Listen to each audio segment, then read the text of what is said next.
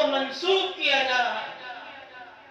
کہیں دور جانے کی ضرورت نہیں، آپ اپنے علاقوں کا جائزہ لیں۔ ایک ایسے بڑے عالم جن کا علم انتہائی درجے بلندیوں کو پہنچا ہوا اور جن کے خدمات ہمارے اس صوبے کے لیے اور پورے ملک کے لیے، دنیا بھر کے لیے، جن کی تبلیغ اور اشاعت دین کے کام اتنے ہیں کہ جنہیں گنوایا نہیں جا سکتا، ایسے عالم دین کے بارے میں ایک ایسا آدمی جو یہ کہتا ہے دین کی چند باتیں سیکھ کر اور ان کی طرف جھوٹ منسوخ کرتا ہے اور وہ چیزیں ان پر داغی جاتی ہیں جنہوں نے اپنی زندگی میں انہوں نے اس سے پوری طرح بچنے کی کوشش کی، ایسے جھوٹے لوگ علماء کی ناقدری اور توہین کریں تو اللہ کے نبی علیہ السلام کی اس وعید میں وہ داخل ہوں گے قیامت کے دن کہ اللہ کے نبی نے فرمایا کہ جو علماء کی توہین کرتا ہے وہ میری امت میں داخل نہیں ہے۔ اور اللہ کے نبی نے فرمایا کہ منافق جو ہے وہ تین آدمیوں کو تکلیف پہنچاتا ہے جس کے دل میں نفاق ہوتا ہے۔ ایک ایسا آدمی جو اسلام کی حالت میں بوڑھا ہو گیا، کلمہ پڑھتے پڑھتے اس کی عمر اسلام میں گزر گئی، تو اگر اسے کوئی تکلیف پہنچا رہا ہے اللہ کے نبی نے فرمایا کہ یہ منافق ہے۔ اور دوسرا اللہ کے نبی علیہ السلام نے فرمایا کہ منافق جو ہے وہ تکلیف جو پہنچاتا ہے وہ عالم کو پہنچاتا ہے۔ عالم کو وہ کوئی تکلیف پہنچا رہے وہ خدائے پروردگار کی اور اللہ کے نبی کی نگاہ میں منافق ہے۔ اور تیسرا فرمایا کہ عادل بادشاہ کو جو تکلیف پہنچاتا ہے وہ منافق ہے۔ اور منافق کا کیا قیامت کے دن حال ہوگا؟ قرآن کہتا ہے کہ جہنم کا جو سب سے نیچا درجہ ہے اس درجے میں منافق کو ڈالا جائے گا۔ جس جہنم کی اونچائی، اس کے انگارے اور اس کی گہرائی اتنی ہے کہ 40 سال کی مسافت احادیثوں میں معلوم ہوتی ہے۔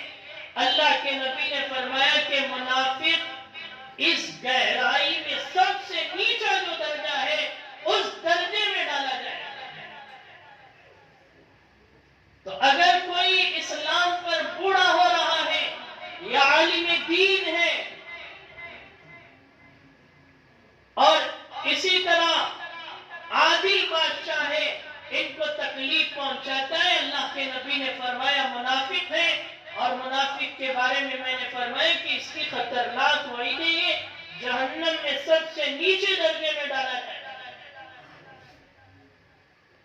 تو ضرورت اس بات کی ہے کہ ہم میں سے اگر کسی کے دل میں کسی عالم کے بارے میں کچھ کدورتیں ہیں اور کچھ نفرتیں عداوتیں ہیں تو فوراً اس عالم سے معافی مانگے، اللہ سے توبہ استغفار کرے۔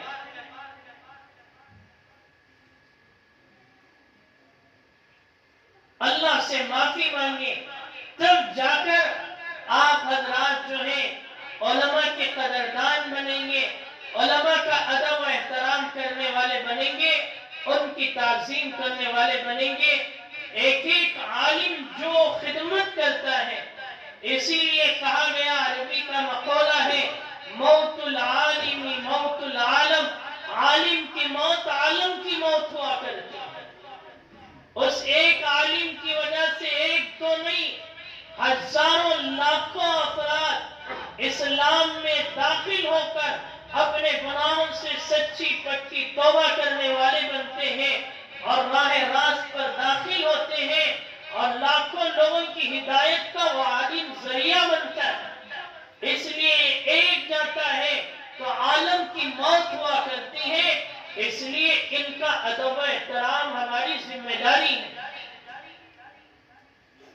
ایسے لوگ جو علماء کی توہین کرتے ہیں، علماء پر جھوٹ منسوب کرتے ہیں، ہمیں چاہیے کہ ان کے گریبانوں کو پکڑیں اور ان کو اس بات کا اقرار کرنے کی تلقین کریں کہ وہ اپنے علماء کے پاس جائیں اور ان سے معافی مانگیں۔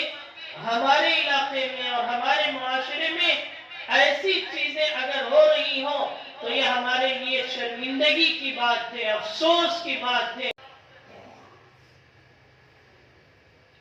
آج معاشرے میں یہ چیزیں دیکھنے میں آ رہی ہیں کہ لوگ علماء کی توہین میں اس قدر آگے بڑھتے چلے جا رہے ہیں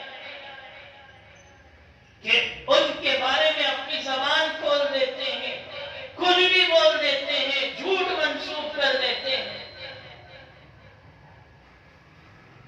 فقہا نے مسائل لکھے ہیں، ایک بہت مشہور کتاب ہے علامہ نجیم مصری علیہ الرحمہ، بہت بڑے فقیہ گزرے ہیں، جو افتاء میں پڑھائی جاتی ہے۔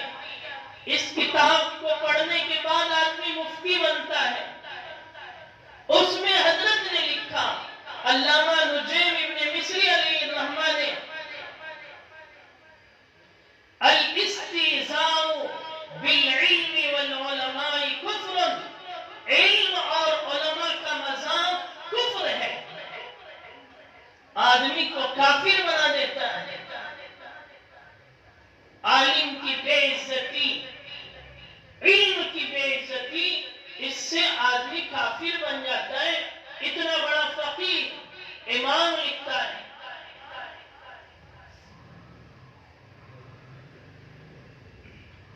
اور ایک صوفیہ کے بہت بڑے امام گزرے ہیں،